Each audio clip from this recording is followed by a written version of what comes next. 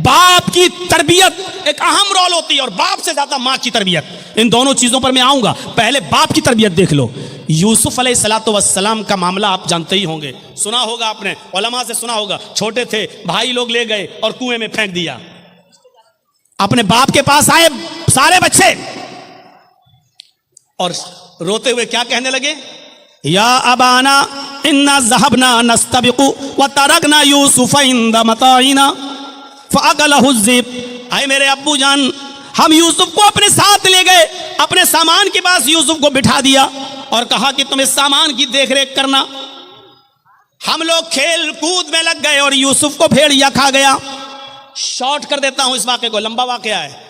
यूसुफ अलैहिस्सलातु वस्सलाम कुएं में फेंक दिए गए। एक काफिला आया, पानी निकालना चाहता था, झांक के देखा तो लड़का यूसुफ अपने काफिले वालों से कहा, या बुशरा हाजा गुलाम, आए काफिले वालों खुशखबरी हो, हमें तो बच्चा मिल गया।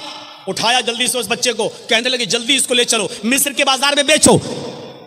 जो चीज फ्री में मिल जाती है उसको जल्दी से आदमी हटाना चाहता है ताकि कोई असल मालिक ना आ जाए, हमें कुछ ना मिले। आप लोग तो जानते ही होंगे ना, चोरी का मोबाइल 20,000 का 4,000 में भी बिक जाए तो जल्दी जाए, जो मिल रहा वो तो आ जाए। और इस मामले में हमने कलिया चक्का इलाका देखा है, 20-20 हजार के मोबाइल 2-2 हजार रुपए में भी जल्दी से। तो चोरी का माल आदमी जल्दी से निकालने की कोशिश करता है। अब यह बच्चा जो उनको कुएं में मिला, इसका असल बाप ना आ जाए कहीं ये बच्चा ले ना ले, इसलिए इसको बेच दो पहले। तो हजरत यूसुफ अलैहिस्सलातु वस्सलाम को बेच दिया गया मिस्र के बाजार में। और ये तो आप जानते हैं कि वो कितने खूबसूरत थे, उनकी खूबसूरती का जिक्र कुरान में आया है, लेकिन बिके कितने में, उनकी कीमत क्या लगी मिस्र के बाजार में। वशरऊहु बिस्समनिन बख्सिन दराहिम मअदूदा, ये है उनकी कीमत। वशरऊहु बिस्समनिन बख्सिन दराहिम मअदूदा, चंद खोटे सिक्कों में बेच दिए गए, चंद खोटे सिक्कों में बेच दिए गए। चले गए। बादशाह मिस्र के घर में आए, बादशाह ने अपनी बीवी से कहा, बहुत से लोग नाम लेंगे, जुलेखा जुलेखा, किसी सही हदीस में नहीं आया, इसलिए जब नाम आया नहीं तो हम नाम लेंगे नहीं, हम सिर्फ यही कहेंगे बादशाह की बीवी। बादशाह मिस्र ने अपनी बीवी से कहा, खिलाओ पिलाओ पालो पोसो बड़ा करो, बड़ा होगा, हमारी कोई औलाद नहीं, हम इसको अपना बेटा बना लेंगे, या ये आगे चलकर हमको कोई फायदा पहुंचाएगा। देख रेख होती रही, खिलाती रही, पालती रही, पोसती रही, बड़ा यूसुफ बड़े हो गए, जवान हो गए, बालिग हो गए। अब एक और इम्तहान, इधर बालिग हुए, उधर बादशाह की बीवी का ही दिल आ गया यूसुफ पर। नबी बनने से पहले इम्तहान देखिए, बादशाह मिस्र की बीवी का दिल आ गया। यूसुफ को बरगलाने लगी, बहकाने लगी, अपनी तरफ माइल करने लगी। यूसुफ बचते रहे, बचते रहे, बचते रहे, बहाना करते रहे, बचते रहे। धीरे धीरे चर्चा हो गया औरतों में, मिस्र की औरतों में चर्चा हो गया। और चर्चा क्या हुआ, देखो बादशाह की बीवी गुलाम को दिल दे बैठी, बादशाह की बीवी ने गुलाम को दिल दे दिया। और औरतों में चर्चा जब होता है ना तो बहुत खतरनाक चर्चा होता है। कोई बात आपको जल्दी से पूरे इलाके में फैलाना हो तो 2-4 औरतों को बता दो, शाम नहीं होगी फैल जाएगी। औरतों में चर्चे बहुत जल्दी होते हैं।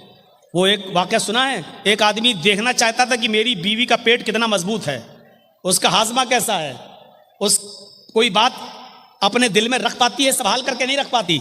एक दिन गया और तरबूज काट के लाया और तरबूज को दुपट्टे से ढक दिया।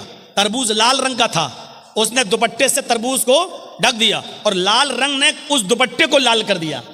और ऐसे लेकर वो अपने घर में घुसा। उसकी बीवी ने कहा ये क्या है? उसने कहा चुप चुप चुप चल है रुक। वो गया और अलमारी में उसने तरबूज रख दिया, कटा हुआ तरबूज। बीवी ने कहा दे क्या है उसमें, दिखाओ मुझे क्या है, क्या लेके आए हो?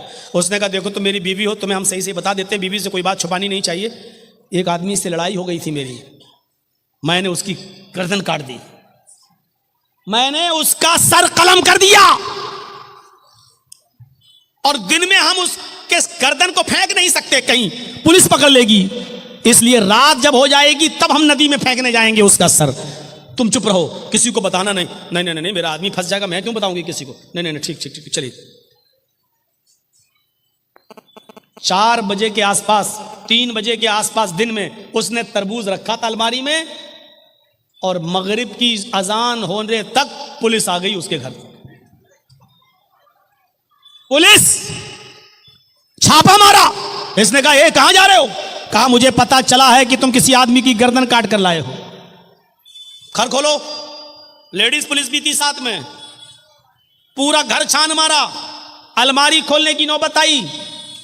कहा साहब मैं आपको खुद ही बता देता हूं, मैंने किसी का सर नहीं काटा वाटा है, आपने मेरा पूरा घर चेक कर लिया है, इस अलमारी को भी चेक कर लीजिए, मैं खुद खोल देता हूं। अलमारी खोली उस आदमी ने।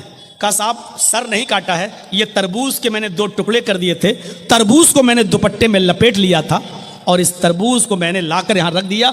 तरबूज लाल था इसलिए दुपट्टा लाल हो गया। बीवी को मैंने सिर्फ ये कहा कि मैं एक आदमी का सर काट के लाया। ये देखना चाहता था कि बीवी पर कितना भरोसा किया जाए, ये औरतें पेट की कितनी मजबूत होती हैं, ये देखना चाहता था। सर देख लिया। आज के बाद यकीन आ गया कि कोई बात भी बीवी तक को बताने के लायक नहीं। पुलिस वाले भी तरबूज देख के हंसने लगे और कहने लगे कि तुम्हें आज तजर्बा हुआ है, हम भी पुलिस में हैं, लेकिन खास बात हम भी अपनी बीवी को नहीं बताते हैं।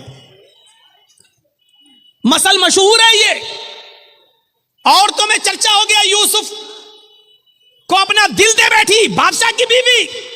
अब उसकी जब बदनामी होने लगी चारों तरफ, तो उसने कहा अच्छा औरतों की चालें बड़ी खतरनाक होती हैं, जानते हो ना? और ना जानते हो तो मैं आपको बताऊं, मेरी मां बहनें नाराज हो रही होंगी, ये मौलवी क्या कह रहा है, गुस्सा मत होइए। कुरान ने खुद कहा है इन्ना कैदा कुन्ना अजीम, इन औरतों की चालें बहुत खतरनाक होती हैं। औरतों की चाल, सिर्फ खड़े होकर अगर 2 आंसू बहा दे तो आप दीवाने हो जाएंगे। ओह कितना जुल्म हुआ है बेचारी पर, देखो बेचारी कैसे रो रही है। अरे इसके आंसुओं ही में तो सारे जुल्म छिपे हुए हैं। कितनी जल्दी आदमी, 4 तरफ आदमी और खड़ा हो, वो औरत रो दे बीच में, तो चारों को हमदर्दी आ जाएगी। बहन रोते नहीं है, अरे नहीं नहीं नहीं, सब उससे हमदर्दी करने लगेंगे।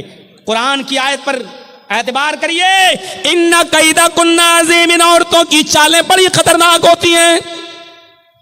अब बादशाह मिस्र की बीवी ने चाल चली, सारी औरतों की दावत दे दी, सारी औरतों को बिठा दिया, एक एक फल सबको सामने फल रख दिए, एक एक छुरी दे दी और कहा जाओ फल खाओ। सारी औरतें काट काट के फल खाने लगी। इधर यूसुफ से कहा यूसुफ इनके सामने से गुजर जाओ। यूसुफ अलैहिस्सलाम उन औरतों के सामने से गुजरे। उन औरतों ने जैसे ही देखा यूसुफ अलैहिस्सलाम के हुस्न को, उनकी खूबसूरती को, इधर देखा उधर फल के बजाय हाथों पर उंगलियां, छुरियां चला दी।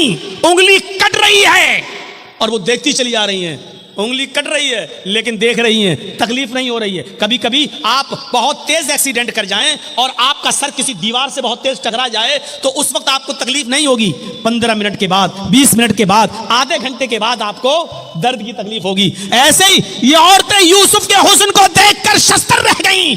हाथों की उंगलियां कट कट के जमीन पर गिर रही हैं, लेकिन इन औरतों को तकलीफ नहीं हो रही है। और उंगली कटी नहीं दी, ऐसे छुरी चल गई हो ना, थोड़ी सी कट गई नहीं। कत्ता ना आई दिया हुन्ना, अरबी जबान में कत्ता यक्ताओ के माना काटना और कत्ता युकत्ते तख्ती के माना होते टुकड़े टुकड़े करना। उन औरतों ने अपनी उंगलियां काटी नहीं थी बल्कि कट कट के गिरने लगी, टुकड़े टुकड़े होने लगी। अल्फाज की ज्यादती माना की ज्यादती पर दलालत करती है। उन औरतों की उंगलियां कई जगह से कटी और चीख कर कहने लगी माँ हाजा बशरा, माँ हाजा बशर, ये कोई इंसान है ही नहीं। आए बादशाह मिस्र की बीवी, तू किसको दिखा रही है? ये तो इंसान लगता ही नहीं है।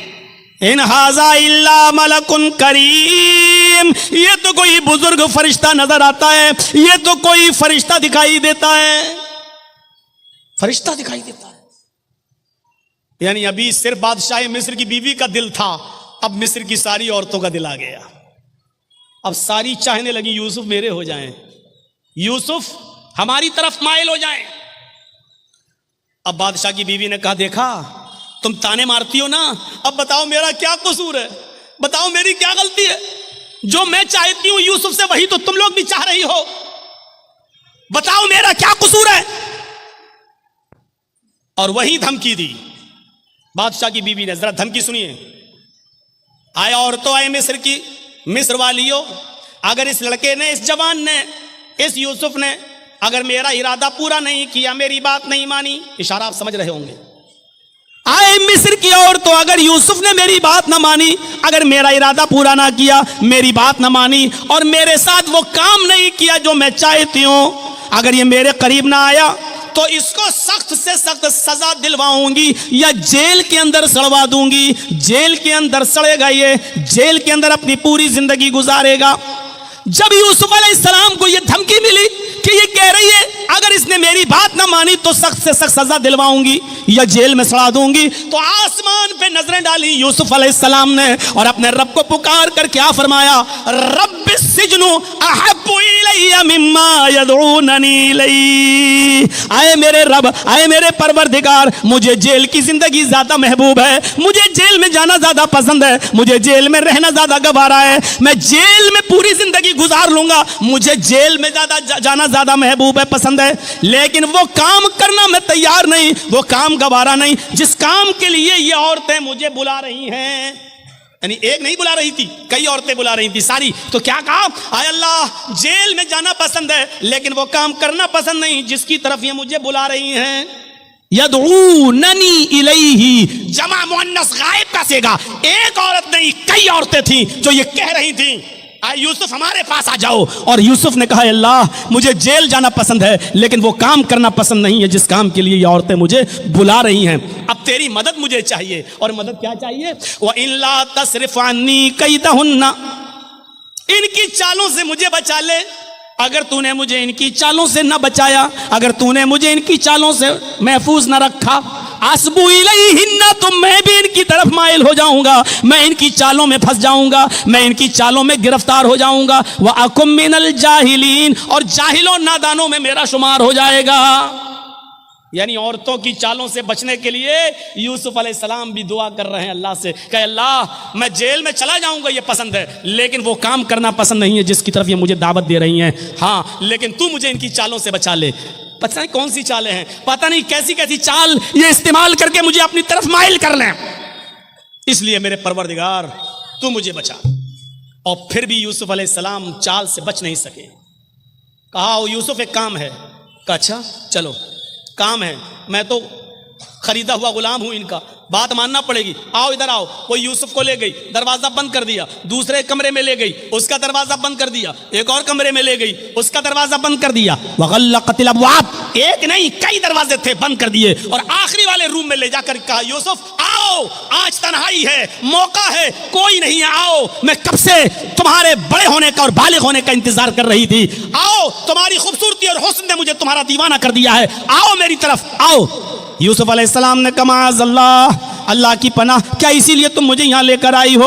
वहां से भागते हैं, औरत भी पीछे पीछे भागती है, पहले दरवाजे से भागने में कामयाब हो गए, दूसरे दरवाजे पे पहुंचे, औरत भी पीछे पीछे भाग रही है, दूसरे दरवाजे से निकलने में कामयाब, तीसरे दरवाजे पर पहुंचते हैं, दरवाजा पकड़ के खोल ही रहे हैं कि पीछे से औरत आती है और उनकी कमीज पकड़ के खींचती है, पीछे से कमीज फट जाती है, पीछे से कुर्ता फट जाता है। यूसुफ अलैहिस्सलाम का पीछे से कुर्ता फटता है, सामने का दरवाजा खुलता है, दरवाजा खुलता है तो क्या देखते हैं, उस औरत का शौहर खड़ा है, बादशाह सामने खड़ा है। इस औरत ने फौरन इल्जाम लगाते हुए फरमाया, आए मेरे सरताज, आए मेरे शौहर, जो तुम्हारी बीवी पर गलत नजर डालकर उसके साथ बुरे काम के इरादे से अंदर दाखिल हो जाए, बताओ उसकी सजा क्या होनी चाहिए? सिवाय जेल के। मक्र फरेब करके यूसुफ अलैहिस्सलाम को जेल पहुंचा दिया गया। मुफस्सिरीन का इख्तिलाफ है, किसी ने लिखा 7 साल जेल में रहे, किसी ने लिखा 10 साल जेल में रहे, बहरहाल एक लंबी मुद्दत जेल में काटी। ख्वाब की ताबीर का इल्म दिया गया, इधर मिस्र में कैद पड़ गया, बादशाह बड़ा परेशान। बताया गया ख्वाब की ताबीर के बारे में, ये जेल में एक नौजवान है जो बताता है। बहरहाल बादशाह ने कहा उसको वहां से आजाद करो, जो ख्वाब की ताबीर बताता है वही उसका इंतजाम भी करेगा। और उनको जेल से निकाला गया और मुल्क मिस्र का बादशाह बना दिया गया। जब मुल्क मिस्र का बादशाह बनाए गए, यूसुफ अलैहिस्सलाम मिस्र के बादशाह बन गए, तो यूसुफ अलैहिस्सलाम के पास एक कमीज थी। अब आप गौर करो, छोटे से थे, कुएं में डाले गए, फिर बेचे गए, फिर बड़े हुए, मुख्तलिफ मराहिल से गुजरे, 10 साल 7 साल या 10 साल जेल में रहे, कितने साल वो अपने माँ बाप से दूर रहे। अब जब मिस्र के बादशाह बने तो अपने बाप के पास एक आदमी को भेजा, कुर्ता था अपना कमीज, ये उतारी और दिया कि लो इस कुर्ते को फला फला बस्ती में ले जाओ और याकूब नाम का एक बूढ़ा आदमी तुम्हें मिलेगा, ये कमीज उस बूढ़े आदमी को दे देना, वो पहचान लेगा ये कमीज किसकी है। यूसुफ अलैहिस्सलाम जो चीज बताना चाहता हूं मेरे साथियों वो सुनो, जो चीज मैं बताना चाहता हूं वो अब सुनो। वो कासिद, वो दूत, वो एलची जब यूसुफ अलैहिस्सलाम की कमीज लेकर उनके बाप के पास पहुंचा, कहने लगा मिस्र के बादशाह ने ये कमीज आपको दी है और कहा है कि ये कमीज देते ही वो मुझे पहचान लेंगे ये कमीज किसकी है। बादशाह ने, वो याकूब अलैहिस्सलाम ने ऐसे कमीज ली, देखा, आंखें कमजोर थीं, निगाहें काम नहीं कर रही थीं, उस कमीज को ऐसे नाक पे रख के सूंघा, कहने लगे ये तो यूसुफ की कमीज है। आए कासिद, ये तो यूसुफ की कमीज है, मैं जानता हूं। अभी ये नहीं बताया कि वो मेरा बेटा है और उधर यूसुफ ने नहीं बताया कि याकूब मेरे बाप है। ये कमीज तो यूसुफ की है। कहा जी उन्होंने ही दे के भेजा है मुझे। तो याकूब अलैहिस्सलाम ने जो पहला सवाल किया उस सवाल पर गौर करो। अपने बच्चों को पढ़ाते हो ना, सुनो। यूसुफ अलैहिस्सलाम ने जो पहला सवाल किया वो सवाल क्या था? कैफ तरकतहू, तुमने यूसुफ को किस हाल में छोड़ा, तुमने यूसुफ को किस हाल में छोड़ा? कासिद ने जवाब दिया तरकतहू मलिक मिस्र, मैंने तो उनको मुल्क मिस्र का बादशाह देखा है। यानी वो तो इस वक्त बादशाह है मुल्क मिस्र के। किस हाल में छोड़ा? क्या वो तो बादशाह है मिस्र के। ये कमीज बादशाह ने दी, मिस्र के बादशाह ने।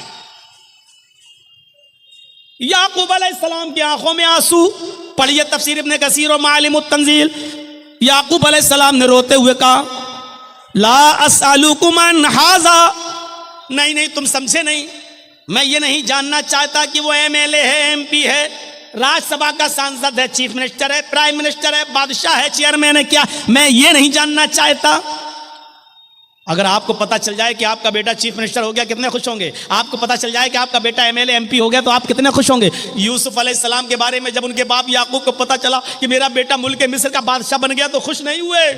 क्या कहते हैं? ला असअलुकुम अन हाज़ा, मेरा बेटा क्या बन गया मैं ये नहीं जानना चाहता। अरे वो क्या बन गया मुझे ये नहीं मालूम, मैं ये जानना चाहता हूं। असअलुकुम अन अय्यदीन तरकतहू, मैं ये जानना चाहता हूं कि तुमने उस आदमी को किस दीन पर देखा है, किस दीन पर छोड़ा है, यानी उसका दीन क्या, उसका मजहब क्या है। याकूब अलैहिस्सलाम को इतने दिनों के बाद भी फिक्र हुई तो ये हुई कि मेरे बेटे यूसुफ का दीन क्या है, उसका मजहब क्या, उसकी तरबियत अच्छी हुई कि नहीं हुई, वो अच्छे माहौल में पला कि नहीं पला, नाकारा तो नहीं हो गया। याकूब अलैहिस्सलाम ने पूछा असअलुकुम अन अय्यदीन तरकतहू, तुमने उसको किस दीन पे छोड़ा? तो कासिद ने जवाब दिया अच्छा दीन के बारे में जानना चाहते हो कि हाँ।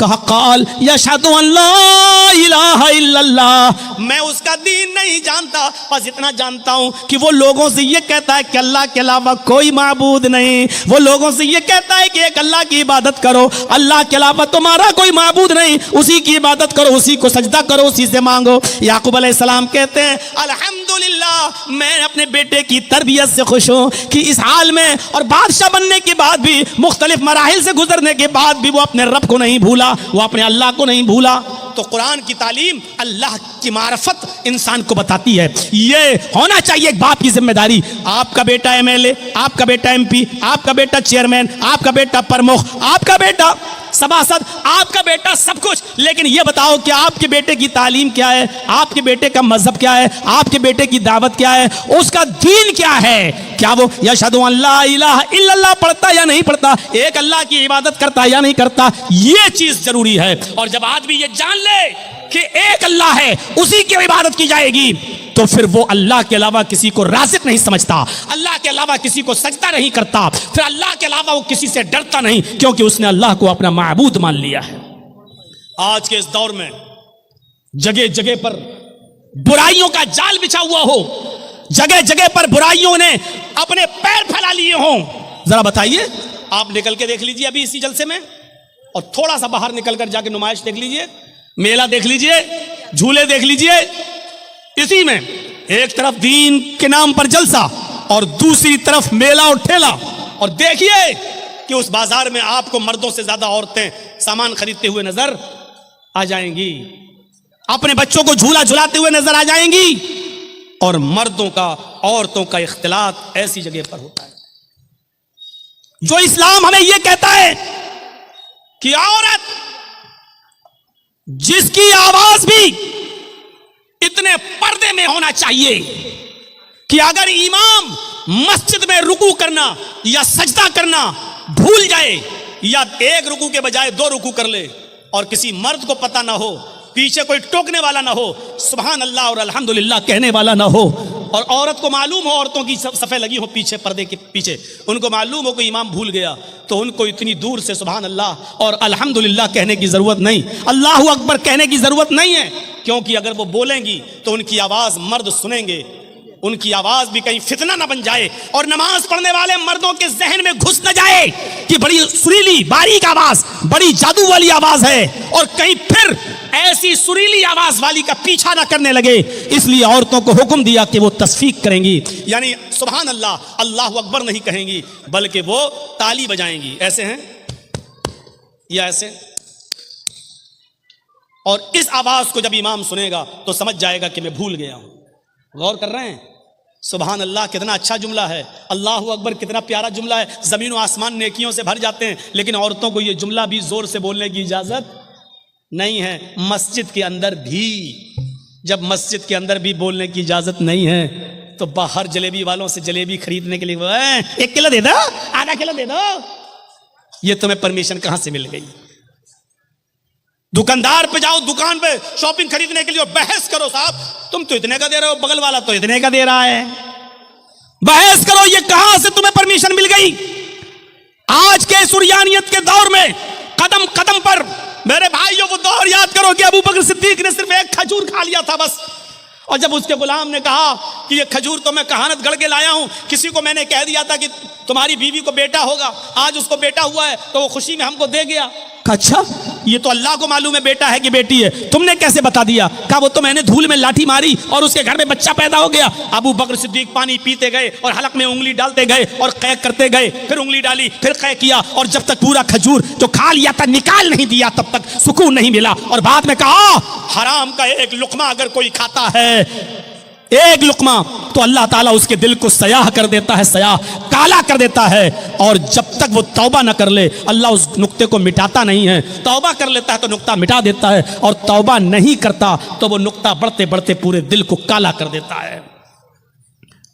आज कदम कदम पर आप देख लीजिए, हमको एक वॉशिंग मशीन खरीदना है, वॉशिंग मशीन वाला कह रहा है साहब वॉशिंग मशीन 15,000 की है। आप ऐसा करते हो कि नहीं करते हो?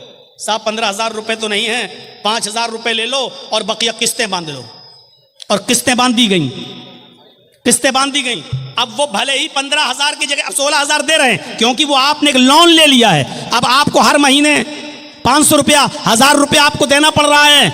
मेरे प्यारे साथियों, ये चीज शरीयत के अंदर जायज नहीं है, क्योंकि एक चीज ये होती है कि ये 4 व्हीलर है, गाड़ी है 4 व्हीलर, यहां गवर्नमेंट ने वो लगा दिया है, इनकम टैक्स से जुड़ा हुआ है मामला। ये गाड़ी 15 लाख रुपए की है, जर्जी साहब अगर डायरेक्ट 15 लाख कैश दे रहे हैं तो इनकम टैक्स को जवाब देना पड़ेगा।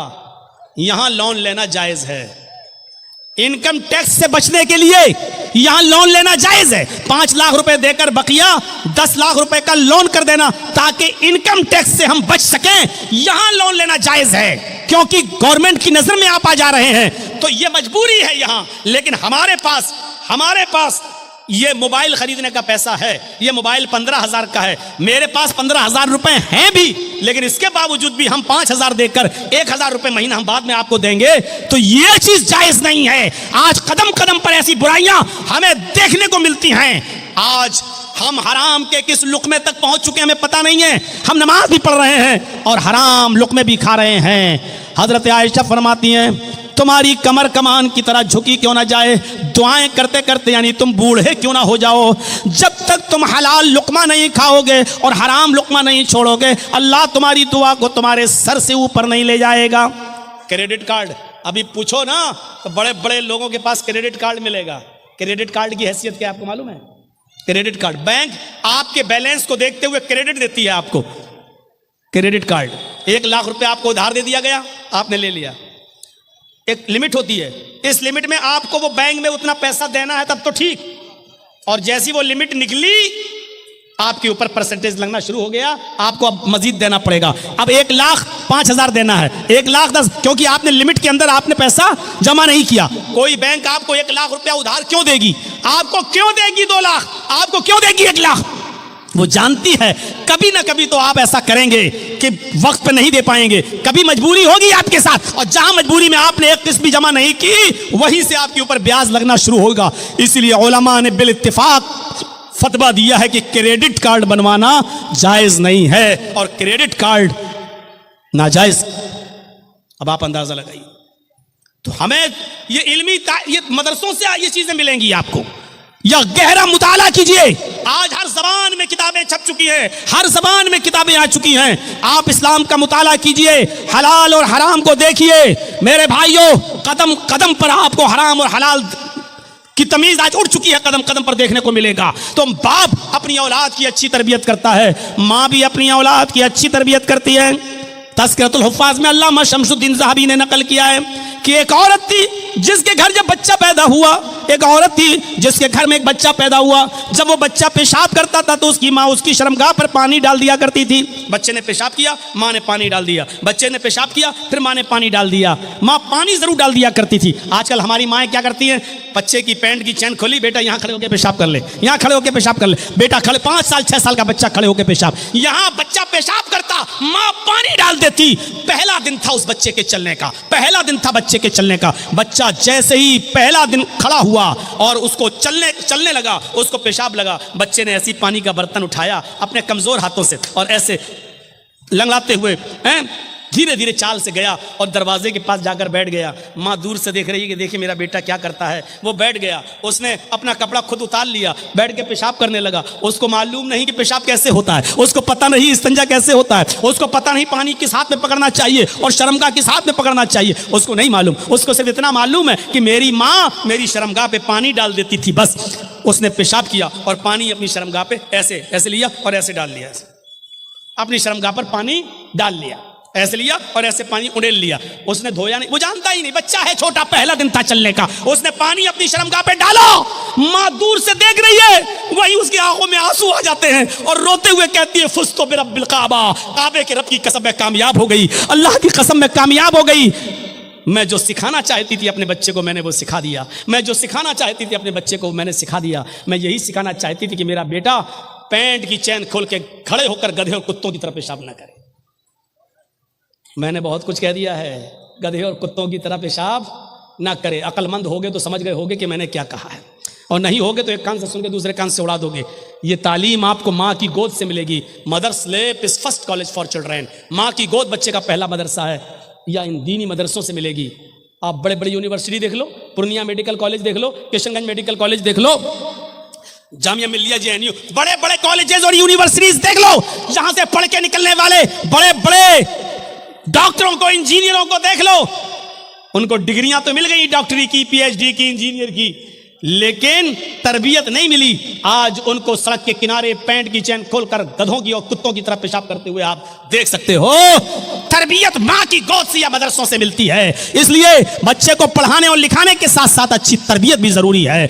अच्छी तरबियत दोगे तो बच्चा नेक बनेगा और आपकी खिदमत करेगा। अरे कम से कम बच्चों को इतना तो पढ़ा दो कि आपकी कब्र पर जाकर वो ये कह सके, अल्लाहुम्मा ग़फ़िर ले अबी वरहमहु वआफ़िही वअफ़ु अन्हु। अल्लाह ये मेरे बाप की कब्र है, अय अल्लाह इनकी मग़फ़िरत फरमा दे, अल्लाह इन पर रहम फरमा, अय अल्लाह इनकी बेहतरीन मेहमान नवाजी कर। अरे इतना तो सिखा दो कि आपका बेटा आपकी कब्र पर जाकर ये दुआ कर सके, अल्लाहुम्मा आनिसहु फ़ी वहदतिही, अल्लाहुम्मा आनिसहु फ़ी वहशतिही, अल्लाहुम्मा आनिसहु फ़ी ग़ुरबतिही। अय अल्लाह इस कब्र में मेरा बाप है, अय अल्लाह इस तन्हाई में, इस तारीक में, इस अंधेरे में मेरे बाप के लिए मेरी बाप को मानूस कर दे यहाँ के तन्हाई से। अय अल्लाह मेरे बाप को मानूस कर दे यहाँ की वहशत से, खतरनाक कीड़े और मकूड़ों से। और अल्लाह मेरे बाप की बॉडी को महफूज फरमा दे और मानूस कर दे यहाँ की अजनबियत से। कम इतना तो सिखा दो कि मरने के बाद आप तो खुश हैं कि आपने अपने बच्चे को डॉक्टर बना दिया, लेकिन इतना जानते हो कि आपके मरने के बाद कि आपका बेटा आपकी कब्र पे आपके लिए दुआ भी कर सकता है।